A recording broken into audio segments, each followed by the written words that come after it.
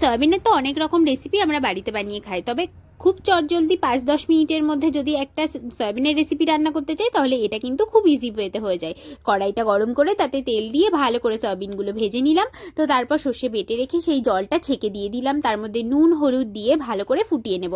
অবশ্যই সয়াবিনটা সিদ্ধ করে নেব, কারণ আমি যেহেতু আগে সেদ্ধ করে নিইনি তাই এবার অবশ্যই ভালো করে সেদ্ধ করে নেব। তো তারপর নামিয়ে নিয়ে কড়াই গরম করে তাতে আবার পাঁচফোড়ন দিয়ে দিলাম, তার মধ্যে কুচিয়ে রাখা টমেটো আর একটু কাঁচা লঙ্কা দিয়ে ভালো করে এটাকে কষিয়ে নেব।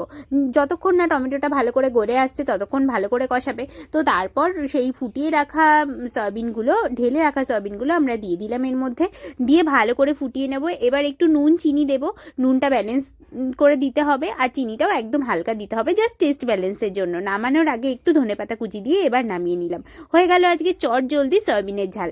তো কে কে এরকম রেসিপি পেতে চাও অবশ্যই কিন্তু কমেন্ট বক্সে জানাও।